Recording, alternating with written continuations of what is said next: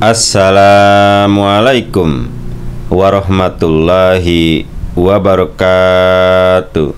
Jumpa lagi para pendengar Pelita Ilahi yang dianugerahi kasih sayang ilahi dalam solusi jawaban masalah sehari-hari yang disampaikan oleh Hadrat Khalifatul Masih kelima Hadrat Mirza Masur Ahmad Ayyadahullahu ta'ala binasrihil ajiz, yakni berkenaan dengan tafsir surah An-Nisa surah keempat ayat ke-16 sampai dengan 17. Ada seseorang menulis surat kepada Hadrat Amirul Mukminin Khalifatul Masih kelima Hadrat Mirza Masur Ahmad Ayyadahullahu ta'ala binasrihil aziz bahwa Hadrat Muslim Maud radhiyallahu anhu dan Hadrat Khalifatul Masih keempat rahmatullah alaihi telah menafsirkan surah An-Nisa surah keempat ayat yang ke-16 sampai dengan 17 secara berbeda. Hadrat Khalifatul Masih Waqid dalam suratnya tertanggal 19 Juli 2020 telah memberikan petunjuk sebagai berikut.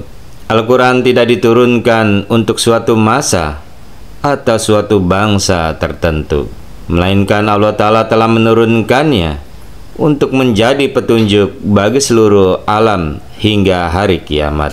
Allah Ta'ala juga memberikan ilmu untuk menyimpulkan jawaban berbagai persoalan dari Al-Quran kepada umat pilihannya di setiap masa sesuai dengan keadaan pada masa itu.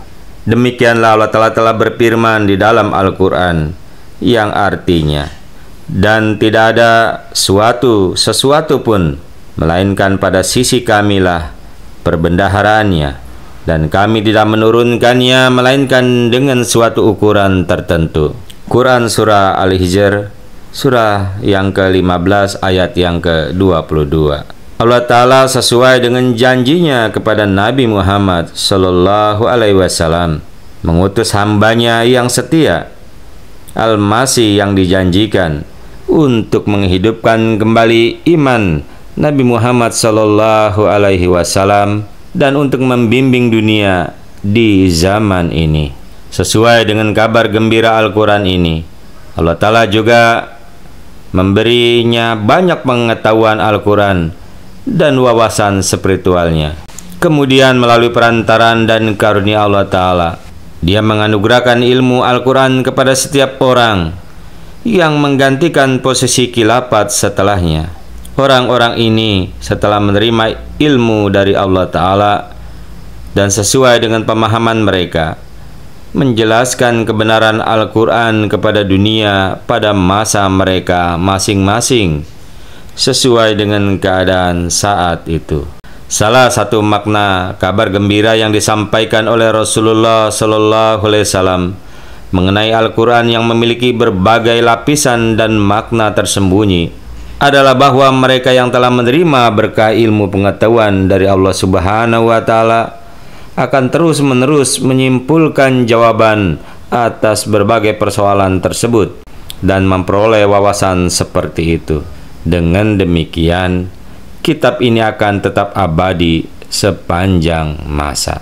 Hadrat Khalifatul Masih awal radhiyallahu anhu dan Hadrat Muslim Maud radhiyallahu anhu dan Hadrat Khalifatul Masih keempat rahmatullah alaihi semuanya telah menafsirkan ayat-ayat yang Anda sebutkan dalam surat Anda berdasarkan pengetahuan yang diberikan Tuhan kepada mereka. Oleh karena itu, mereka menyimpulkan berbagai jenis kejahatan yang ditemukan di masyarakat dari ayat-ayat ini, menjelaskan kejahatan ini dan menasihati para pengikut mereka untuk menghindarinya.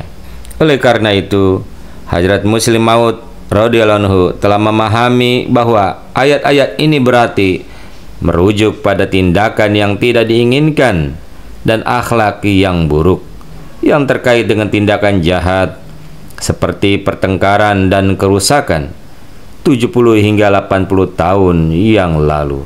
Pria dan wanita yang secara tidak perlu menciptakan suasana pertikaian dan kekacauan di lingkungan mereka dianggap sangat jahat Pada masa itu pelanggaran seksual antara pria dengan wanita, antara pria dengan pria, dan wanita dengan wanita tidak umum dikenal di masyarakat. Oleh karena itu, Hadrat Muslim Maud radhiyallahu anhu menafsirkan tindakan yang tidak diinginkan yang dijelaskan di dalam ayat-ayat ini sesuai dengan apa yang secara umum termasuk dalam lingkungan kejahatan pada masa itu.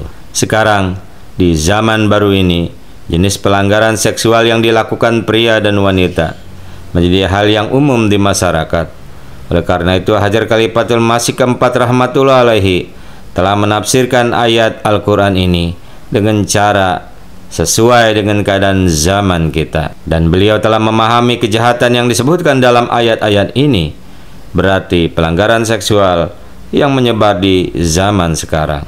Tidak ada yang salah dengan perbedaan pemahaman Al-Quran seperti itu. Akan tetapi Rasulullah Shallallahu Alaihi Wasallam menganggap perbedaan-perbedaan keilmuan yang ada di tengah umatnya sebagai rahmat, karena dengan perbedaan-perbedaan tersebut akan terbuka jalan bagi berbagai macam penalaran berdasarkan Al-Quran. Itulah yang dapat disampaikan, mudah-mudahan kita dapat memahami. Allahumma amin.